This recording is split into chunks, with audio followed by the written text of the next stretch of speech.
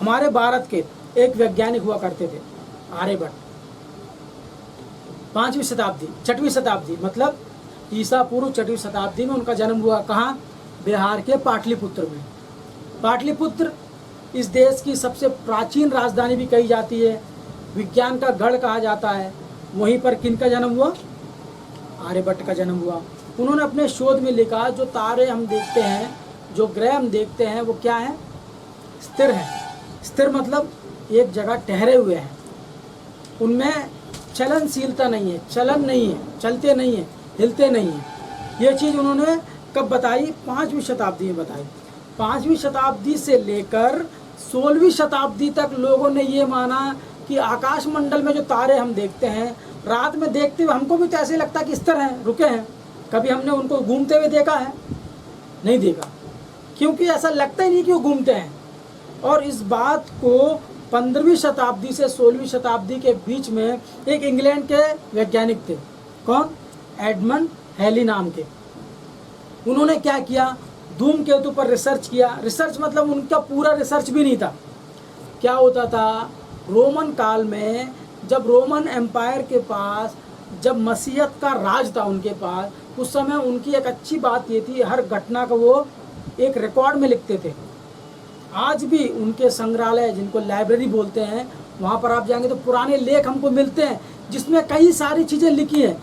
इसी टाइप की एक चीज़ ये भी थी कि तारे, जो धूमकेतु था, वो धूमकेतु क्या करता है? हर 76 वर्ष की अवधि में क्या करता है? दिखता है पृथ्वी पर। उस 76 वर्ष की अवधि में जब वो लेख उनको वहाँ मिले तो एडमंड हैली ने क्या किया?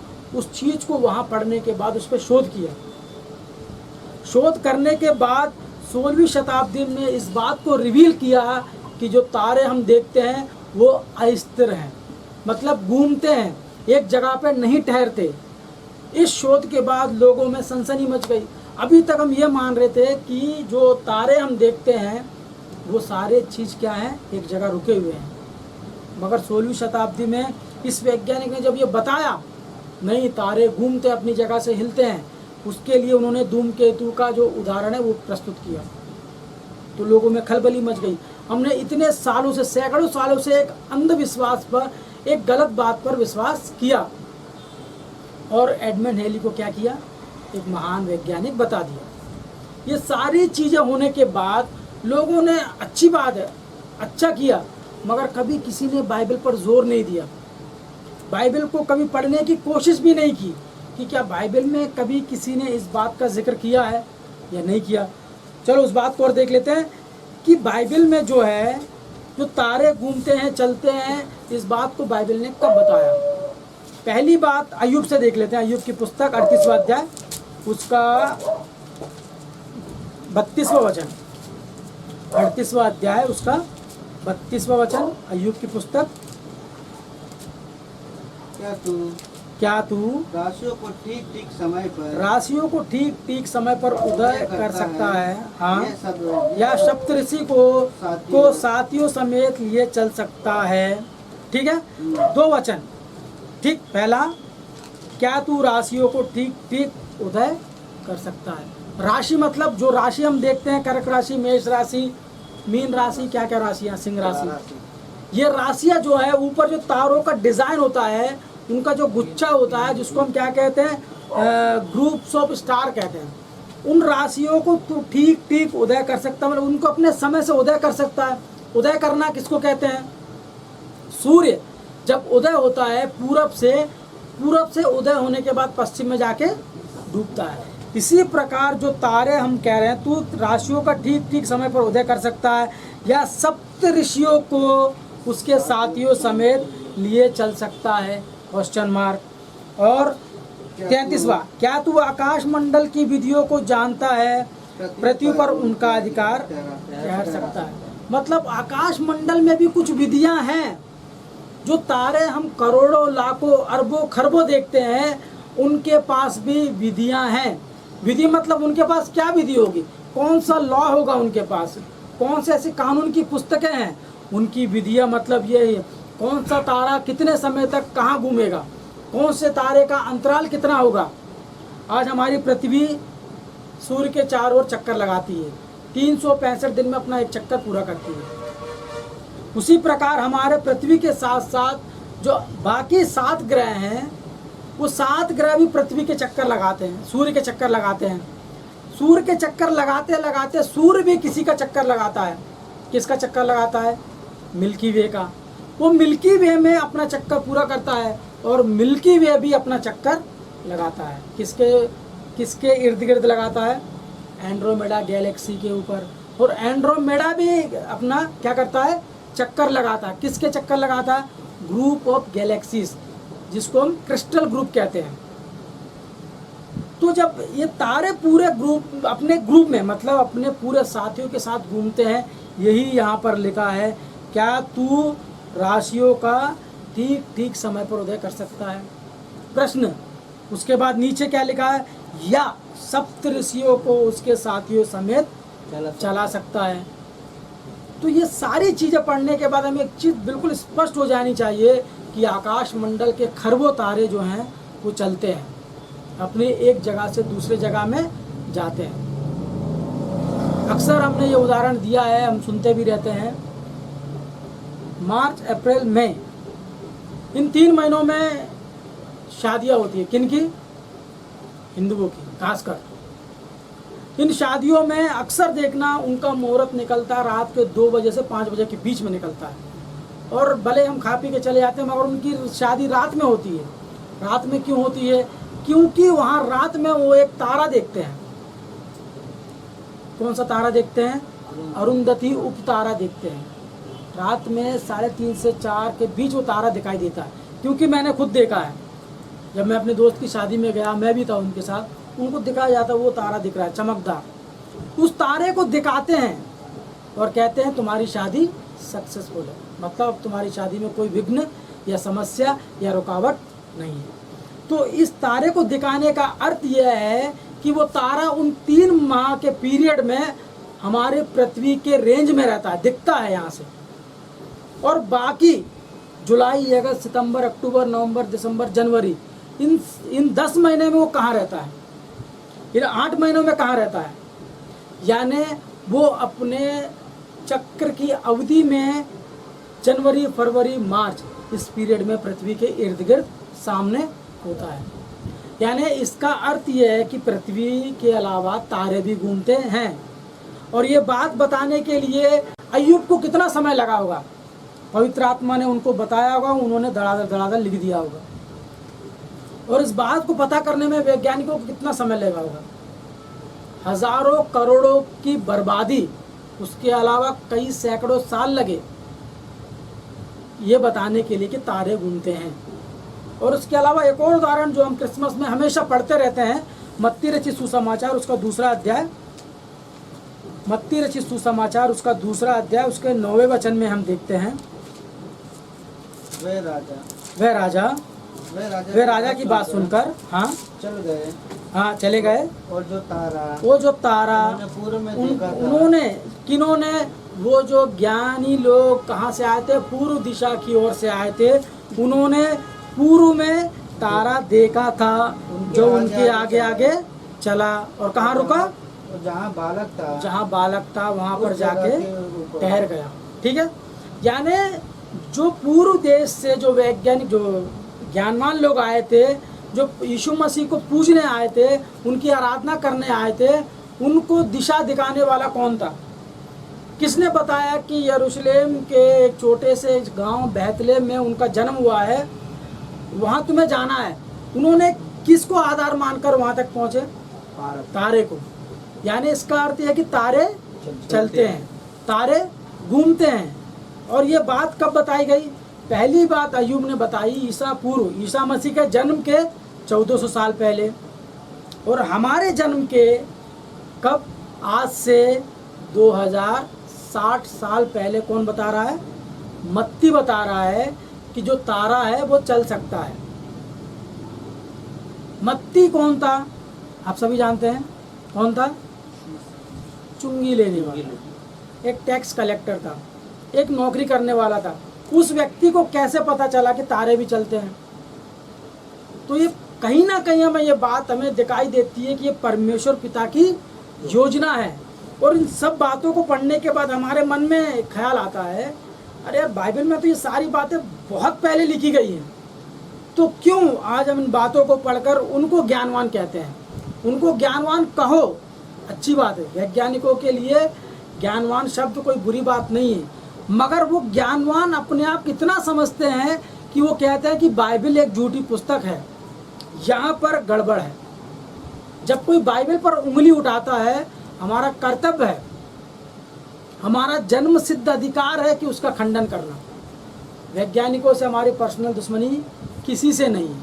अच्छी बात है, आप शोध कर रहे हो, करते रहो, मगर बाइबल ने तुम्हारा और तुम्हारे दोस्तों का क्या बिगाड़ा है कि तुम ये कहने लगे कि बाइबल परमेश्वर की पुस्तक नहीं है। इसी पॉइंट पे हमें बात करना है। लोग कहेंगे अगर वैज्ञानिक नहीं होता तो आज तुम जो गाड़ी में घूम रहे हो कहाँ से आती, जिस कैमरे पे तुम वीडियो रिकॉर्ड कर रहे हो वो कहाँ से आता। तो करो ना भैया, आपको कौन मना कर रहा है। अच्छे शोध करो, देश के लिए उन्नति का कारण बनो, सब करो, मगर बाइबल ने आपका क्या बिगाड़ा है, ये हमारा मेन पॉइंट होना चाहिए कि बाइबल इतनी बातें कह चुका। ठीक है, इतनी बातें कहने के बाद कुछ लोगों ने क्या किया, कुछ बातें ऐसी भी हैं जो बाइबल के पहले हमने शोध की, बाइबल ने नहीं बताया, उसके बाद हमने वो किया है। तो ऐसे लोगों के लिए बाइबल ने कुछ और बातें बताई हैं। कुछ वैज्ञानिक हैं जिनको आप सभी जानते हैं, मैं फिर से दोहरा रहा हूँ। ग्रेगर मेंडल का नाम आपने सुना है, ठीक है, जिन्होंने क्या किया है, डीएनए पे शोध किया और क्या किया, ह्यूमन जीनोम प्रोजेक्ट का क्या किया, नींव रखा। नींव रखा मतलब पहले वैज्ञानिक थे जिन्होंने इस बात को उठाया कि हमारे जीन जो डीएनए होता है उसमें भी क्या कर सकते हैं, सुधार कर सकते हैं। ठीक है, आगे इसको आगे बढ़ाने वाले कौन थे, जेम्स वाटसन थे, हमारे भारत के हरगोविंद खुराना एक वैज्ञानिक थे। इन्होंने क्या किया, इस बात की पुष्टि की, हाँ ग्रेगर मेंडल ने जो खोज की है वो मानव सभ्यता के लिए एक वरदान है। क्योंकि हम डीएनए में जो हम देखते हैं, आज शुगर है, बीपी है, कई ऐसी बीमारियां हैं। इन बीमारियों को देखने के बाद क्या लगा, उनको ये समझ में आया कि डीएनए की खराबी के कारण वो चीज़ क्या है, हमारे अंदर आती है। उन्होंने ये भी बताया कि पूर्वजों से हमारे अंदर बीमारियां आती हैं, कैसे, जिनको हम क्या कहते हैं, जेनेटिक कहते हैं, यानी पिता से, फिर उसके लड़के में, फिर उसके पोते में, ये सारी शुगर, बीपी, जो अटैक वाली जो बीमारियां हैं, कई प्रकार की बीमारियां वो आती हैं। किससे आती है, वंशानुसार आती है, वंशानुसार क्रम में आती है, ये भी उन्होंने बताया। इसके बाद क्या होता है, एक और वैज्ञानिक थे जॉन हैरिस, उन्होंने अपनी खोज में ये बताया कि इस डीएनए के कोड को हम बदल कर इसको सुधार सकते हैं तो लोग अपनी बीमारी से बच जाएंगे और एक लंबी अवधि तक जी सकते हैं। इन सब के बाद उन्होंने एक स्टेटमेंट दिया, क्या किया, कहा अब हमें परमेश्वर की ज़रूरत नहीं है, अब परमेश्वर का कोई काम नहीं है, क्योंकि हमने बीमारी का जो मूल कारण था उसको खोज लिया है और उसके हम बहुत नज़दीक हैं। इस बीमारी को हम दूर करने वाले हैं और मनुष्य की आयु 1000 वर्ष से 1200 वर्ष तक बढ़ा दी जा सकती है। इसके बाद क्या हुआ, अमेरिका के राष्ट्रपति ने इसकी आधिकारिक घोषणा की कि इन वैज्ञानिकों को क्या करना चाहिए, इस शोध को आगे बढ़ाना चाहिए। 1993 से इस काम को क्या किया, इस प्रोजेक्ट को शुरू किया गया। शुरू करने के बाद 2001 या 2 में इस प्रोजेक्ट में क्या हुए, सब फेल हुए। फेल क्यों हुए, इसका भी एक कारण है। तो बाइबल की ओर से कुछ ऐसी बातें भी हैं जो इंसान कभी नहीं कर सकता। क्यों नहीं कर सकता, बाइबल में कुछ आधारण। क्या मनुष्य की आयु 1200 वर्ष तक बढ़ाई जा सकती है, बाइबल कहती है नहीं कहती है। अगर वैज्ञानिक बढ़ा सकता है तो उसको जीवन भर पूरे अपना जीवन नहीं, जब तक इस ब्रह्मांड में मनुष्य जीवित रहता है तब तक बाइबल उसको चैलेंज करती है कि मनुष्य की आयु कोई बढ़ा के दिखा जाए। तो आधार क्या है, बाइबल में बहुत सारी बातें लिखी हैं। कुछ बातों को देख लेते हैं कि मनुष्य की आयु को 1000 से 1200 वर्ष तक कोई नहीं बढ़ा सकता। ह्यूमन जीनोम प्रोजेक्ट जो है वो टोटल क्या है, फेल्यूर है। ठीक है, पहले उत्पत्ति की पुस्तक में आते हैं। क्या मनुष्य या वैज्ञानिक मनुष्य की आयु को बढ़ा सकता है, हमारी आयु को 1000 से 1200 वर्ष तक कर सकता है। इस प्रश्न के लिए हम देखते हैं उत्पत्ति की पुस्तक से 6वां अध्याय उसका 3रा वचन। तब उत्पत्ति की यहोवा ने पुस्तक कहा 6वां अध्याय उसका 3रा वचन। हाँ, तब यहोवा ने कहा तब यहोवा ने कहा मेरा आत्मा मेरा मनुष्य आत्मा से सदा मनुष्य से सदा लो विवाद ना करता रहेगा, क्योंकि मनुष्य भी शरीर ही है, उसकी आयु 120 वर्ष की होगी। किसकी होगी? मनुष्य की आयु 120 वर्ष की होगी। ये कौन सा समय है? उत्पत्ति के पुस्तक में 6वें अध्याय में, मतलब नूह का समय था। यानी नूह के समय में परमेश्वर ने मनुष्यों पर इतनी दुष्टता पाई कि उनकी आयु को क्या किया? 120 वर्ष तक रोक दिया। 120 वर्ष रोकने के बाद क्या होता है कि लोग 120 वर्ष के बाद जीवित नहीं रहेंगे। यही लिखा है ना कि उनकी आयु 120 वर्ष की होगी। यहाँ पर यीशु मसीह ने परमेश्वर पिता ने क्या कहा? 120 वर्ष की होगी। और उसके बाद कुछ और बातें लिखी हैं बाइबल में जो अपने आयु को दर्शाती हैं।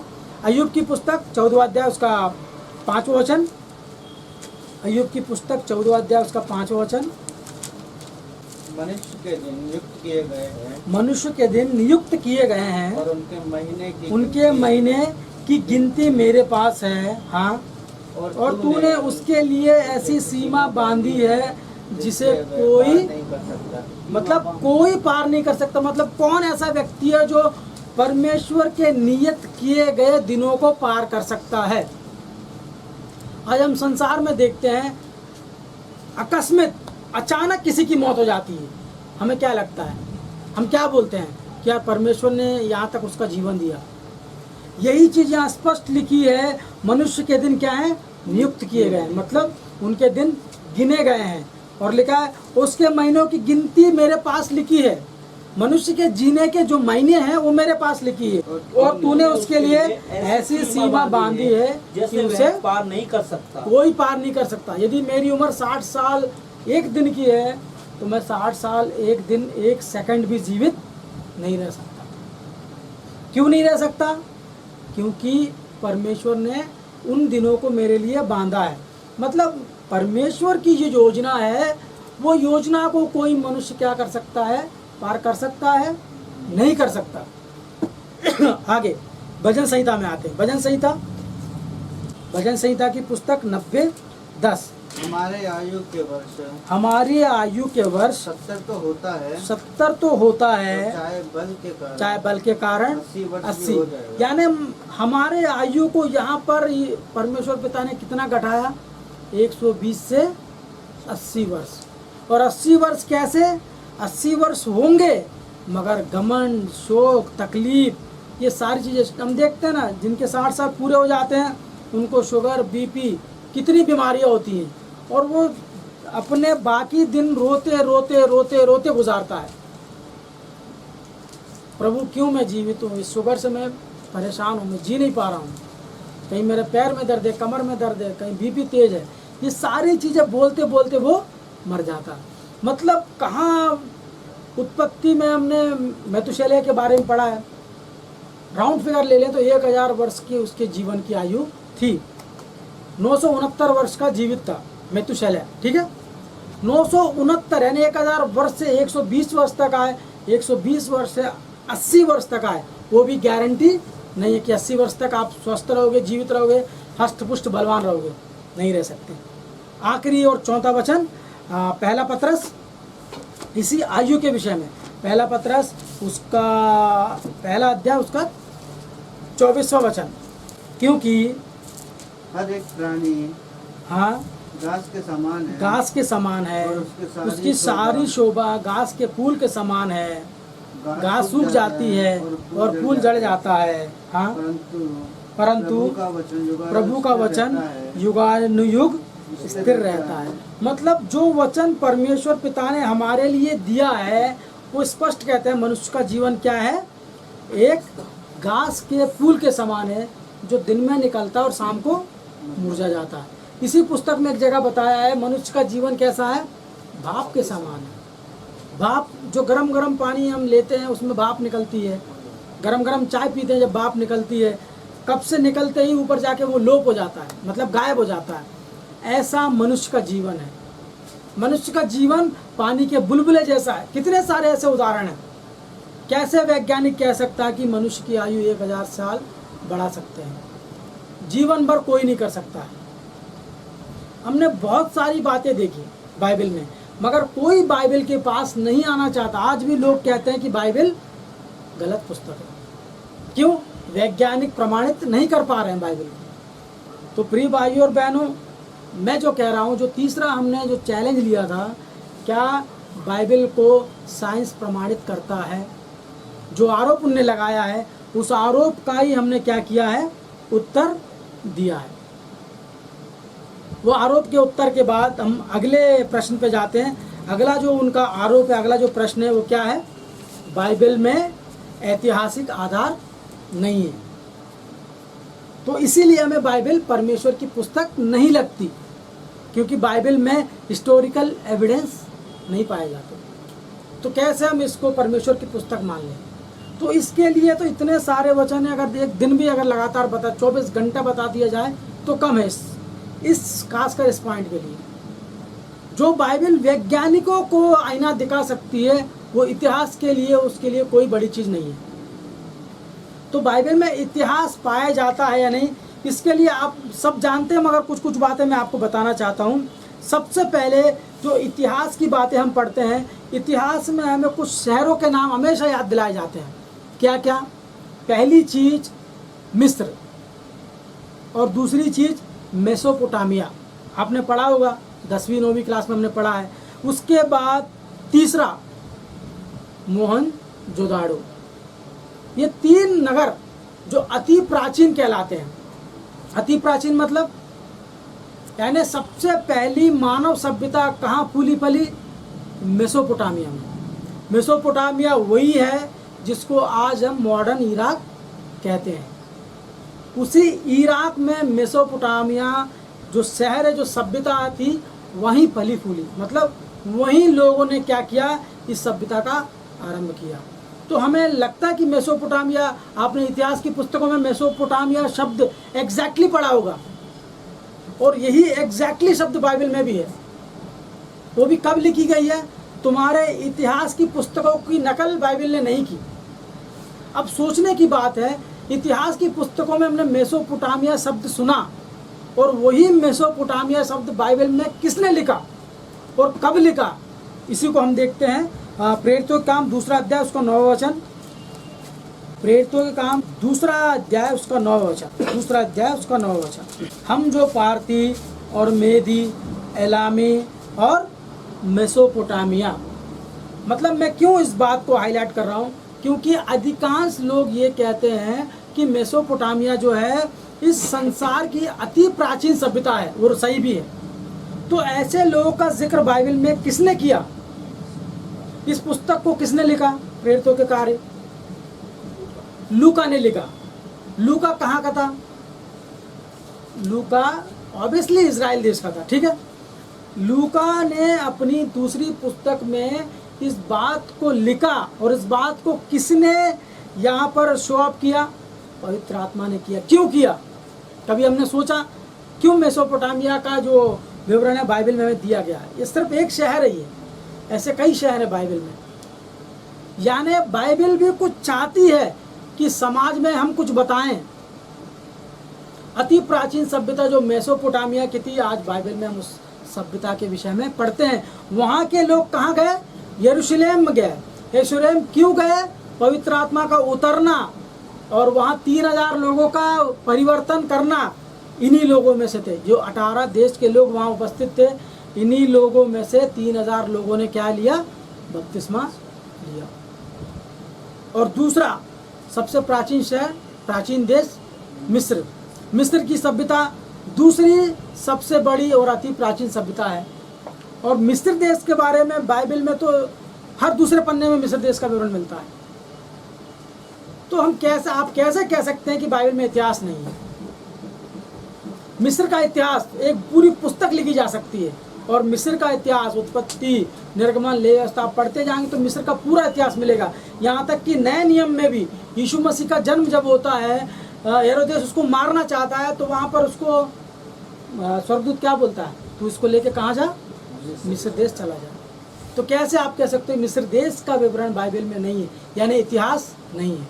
और दूसरी सबसे आश्चर्यजनक बात क्या है, भारत देश का विवरण। भारत देश का विवरण बाइबल में है। एस्तेर की पुस्तक से देख लेते हैं। एस्तेर की पुस्तक पहला अध्याय उसका पहला वचन। एस्तेर की पुस्तक पहला अध्याय उसका पहला वचन। क्षयर्स नामक राजा दिनों में ये बातें हुई। ये वही क्षयर्स है जो जो 127 प्रांतों पर अर्थात हिंदुस्तान से लेकर कूश देश तक राज करता था। यानी एस्तेर की पुस्तक को लिखते समय लेखक ने इस बात पर जोर दिया कि जो राजा था, हमने अभी बीच में एक पिक्चर आई थी, आप लोग को ध्यान होगा, 300 स्पार्टन्स नाम सुना था ना अपन ने। वो स्पार्टन्स जो थे, जो ग्रीक के थे, उसी स्पार्टन से युद्ध करने वाला जो उस पिक्चर में राजा दिखाया गया था, जिसको हम ज़र्क्सिस कहते थे, वही राजा कौन है, क्षयर्स राजा है। वो विवरण हमें कहाँ मिलता है, ये बाइबल में क्या है ना, कुछ राजाओं के नाम हिंदी में, तेलुगु में और इंग्लिश में जब आप पढ़ोगे तो वो बातें आपको मिलेंगी। तो वो राजा कितने प्रांतों पर राज करता था, 127 प्रांतों पर राज करता था। इतना बड़ा साम्राज्य था, और इतने बड़े साम्राज्य चलो मान लिए, मगर साम्राज्य में भारत देश भी शामिल था। भारत देश मतलब पुराना भारत देश।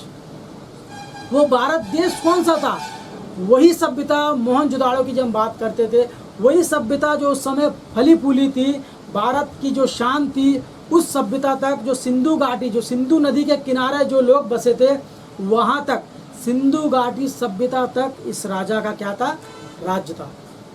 और ये राजा हिंदुस्तान से लेकर कूश देश मतलब इथोपिया, इथोपिया मतलब कौन सा, अफ्रीका महाद्वीप, यानी एशिया महाद्वीप से लेकर अफ्रीका महाद्वीप तक उसका शासन चलता था। तो कितना इतिहास बाइबल में मिलेगा, आप पढ़ोगे तो मिलेगा, बाइबल को दूर से आरोप लगाओगे तो कुछ नहीं मिलेगा। इतिहास तो बहुत है, मैं कह रहा हूँ अगर 5 दिन लगातार बताते जाएंगे तो इतिहास हम नहीं बता पाएंगे, इतना है। और दूसरा जो बड़ा शहर बेबीलोन साम्राज्य के बारे में हमने सब ने पढ़ा है, इतिहास की पुस्तकों में पढ़ा है। और बेबीलोन के बारे में सबसे पहले हमें कहाँ मिलता है, दानियेल की पुस्तक में हम देखते हैं, तीसरा अध्याय उसका पहला वचन। नबूकदनेस्सर राजा ने सोने का एक मूरत बनाया जिसकी ऊंचाई कितनी थी, 60 हाथ और चौड़ाई 6 हाथ की थी। उसको कहाँ रखा गया, बेबीलोन के प्रांत में रखा गया। यानी बेबीलोन जो है वो क्या है, इस संसार की 4 बड़े साम्राज्यों में पहला साम्राज्य जो था वो क्या था, बेबीलोनियन एम्पायर, है ना। उसका पहला राजा नबूकदनेस्सर, मगर ये इसके पहले एक राजा हुआ करते थे इनके पिताजी, जिसको नबोपोलेसर कहते थे, ठीक है। इसके बाद इस राजा का जन्म होता है, इसने अपने साम्राज्य का विस्तार किया। विस्तार करने के बाद इसके साम्राज्य की राजधानी जो थी, इसका साम्राज्य कहाँ से निकला, इराक से। तो इराक की जो राजधानी थी, इराक देश को ही क्या कहते थे पुराने समय, आप उत्पत्ति की पुस्तक जब पढ़ेंगे, उत्पत्ति की जब पुस्तक पढ़ेंगे वहाँ पर आपको शिनार देश का विवरण मिलता है। कौन सा देश, शिनार देश। वो शिनार देश और कसदियों का देश है ना, शिनार देश, कसदियों का देश, बेबीलोन, ये सारी चीज़ें एक ही देश को क्या करती है, इंडिकेट करती है। यहाँ हम बेबीलोन पढ़ते हैं, और अब पहले उत्पत्ति में जाएंगे, वहाँ क्या मिलेगा हमें, बाबुल, है ना, बाबुल मिलता है ना, कहाँ पर, उत्पत्ति की पुस्तक 11वें अध्याय में ये मिलता है हमें। तो ये सारी चीज़ें जो हम देखते हैं इतिहास की पुस्तकों में, वही इस इतिहास की पुस्तकों में पढ़ने के बाद जब हम बाइबल में आते हैं, ये सारी चीज़ें जिन इतिहासकारों ने लिखा है, उन इतिहासकारों के लिखने के पहले बाइबल में ही लिखा गया है, नाम सहित लिखा गया है। आज इस पुस्तक को कोई झुठला नहीं सकता, किसको, बाइबल को, क्योंकि बाइबल में जो सोर्स है, जो आधार है, वो इतना बड़ा, इतना दृढ़ है, इसको कोई हिला नहीं सकता। क्योंकि बाइबल पुस्तक किसने लिखी है? परमेश्वर पिता ने लिखी है। परमेश्वर पिता की योजना से ही लिखी गई है। कैसे कह सकते हैं? क्योंकि जो आधार हमने पढ़े हैं, हम इसलिए नहीं कह रहे कि हम मसीह हैं, हम इसीलिए कह सकते हैं जो हम पढ़ रहे हैं उससे इस बातों का प्रमाणीकरण हो जाता है कि बाइबल परमेश्वर की पुस्तक है। जिन चीज़ों को हम आज पढ़ रहे हैं 10वीं 11वीं में आने के बाद, उन चीज़ों को हज़ारों साल पहले लिखवा दी गई है बाइबल में। वो 4 बड़े साम्राज्य, पहला साम्राज्य कौन सा था? बेबीलोन साम्राज्य था। उसके बाद कौन सा साम्राज्य आया? मीडो पर्शियन, मादी और पारसी, जिन्होंने अलायंस करके बेबीलोन को हराया। हराने के बाद उन्होंने अपना राज्य स्थापित किया। ये पर्शियन कौन कहलाते हैं? जो ईरान के लोग हैं, जो ईरान का एरिया है, उसी को पारस कहते हैं। ईरान देश को पहले क्या कहते थे? पारस देश कहते थे। और उन्हीं पर्शियन ने क्या किया? इस राजा को हराया, बेबीलोन के राजा को हराकर अपना साम्राज्य स्थापित किया। ईरान की राजधानी तेहरान, वहाँ से जब इनका आरंभ होता है, और इनका सबसे पहला जो राजा था, इन्होंने इस राज्य की स्थापना की। इस राज्य की स्थापना करने के बाद उनको इस पृथ्वी का दूसरा बड़ा साम्राज्य कोरेश, है ना, द ग्रेट साइरस कहते हैं। हमारे भारत देश में भी द ग्रेट साइरस के नाम से एक समय स्टाम्प बिकते थे। स्टाम्प मतलब टिकटें जो होती है ना, डाकघर में जो टिकटें होती है, आप देख लेना, सर्च कर लेना, द ग्रेट साइरस के नाम से आज भी शायद बंद हो गई हो, पहले डाकघर की टिकटें बिकती थी। इतना महान राजा था। और उसी राजा ने इज़राइल में जो लोग गुलामी में थे बेबीलोन के, उनको छुड़ाकर बोला कि जाओ यहोवा का मंदिर बनाओ। यानी ऐसे महान राजा थे वो। उसके बाद कौन आए? उसके बाद ग्रीक्स के बारे में आप सभी जानते हैं। कौन था? जो 25 साल की उम्र में पूरे दुनिया को जीत चुका है, सिकंदर को बहुत से लोग कहते हैं कि वो मुसलमान था। वो मुसलमान नहीं था। उसका नाम भले हिंदी में हम सिकंदर कहते हैं, मगर वो कौन था? अलेक्जेंडर। इसको इंग्लिश में जो ग्रीक वर्ड्स होता है, जो अलेक्जेंडर होता है, उसको अलेक्जेंडर को हिंदी में सिकंदर कहते हैं। उस सिकंदर ने क्या किया? पारस को हराकर अपना साम्राज्य स्थापित किया, तीसरा साम्राज्य। और चौथा साम्राज्य, जिस साम्राज्य में यीशु मसीह का जन्म भी हुआ, रोमन साम्राज्य, रोमन एम्पायर, सबसे खतरनाक, सबसे खूंखार और सबसे बड़ा साम्राज्य कहा जाता है। जिन्होंने सिर्फ मारना सीखा, जहाँ उनको राज्य फैलाना है वहाँ जाओ, उनको कत्लेआम करो, अपना कब्जा हासिल करो। ऐसे साम्राज्य को हम पढ़ते हैं। और इस रोमन साम्राज्य के ऊपर बहुत ऐतिहासिक फिल्में भी बनी। सबसे ज़्यादा हिस्ट्री की फिल्में रोमन साम्राज्य के ऊपर बनी। उसी साम्राज्य में यीशु मसीह का भी क्या हुआ? जन्म हुआ। उसी साम्राज्य ने यीशु मसीह को क्रूस पर लटकाया था। कितनी बातों को आप जुटला सकते हैं? ऐसे इतिहास तो बहुत है बाइबल में। तो प्रिय भाइयों और बहनों, ये चौथा जो पॉइंट है, इसके बाद मैं अपनी बातें यही समाप्त करना चाहता हूँ। 2 बातें हमने पिछले हफ्ते सीखी थी।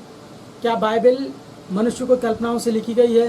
दूसरी चीज़, बाइबल में उन लेखों के हस्ताक्षर क्यों नहीं है? तीसरा, क्या बाइबल को साइंस प्रमाणित करता है? और चौथा, क्या बाइबल में इतिहास पाया जाता है या बाइबल के पास ऐतिहासिक आधार पाए जाते हैं? ये 4 पॉइंट हो गए। इतनी बातें कहकर मैं अपनी बात यही समाप्त करता हूँ। सबको जय मसीह की। Thank you.